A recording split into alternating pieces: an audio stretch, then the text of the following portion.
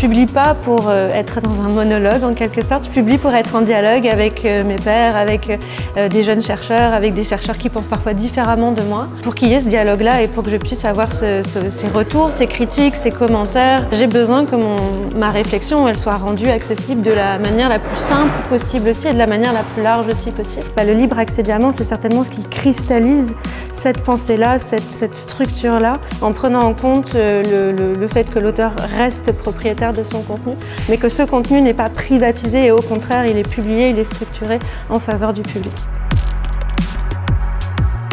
La perspective que je peux avoir sur le travail à éditer et l'accompagnement que je vais faire du texte savant ou du texte à publier, il va être différent si ça a une visée libre accès. Parce que je sais qu'il va falloir préparer l'article aussi à être diffusé beaucoup plus largement, à être beaucoup plus dans un rapport de conversation. Et qu'on revient en fait d'une certaine manière à la revue comme un espace de conversation scientifique.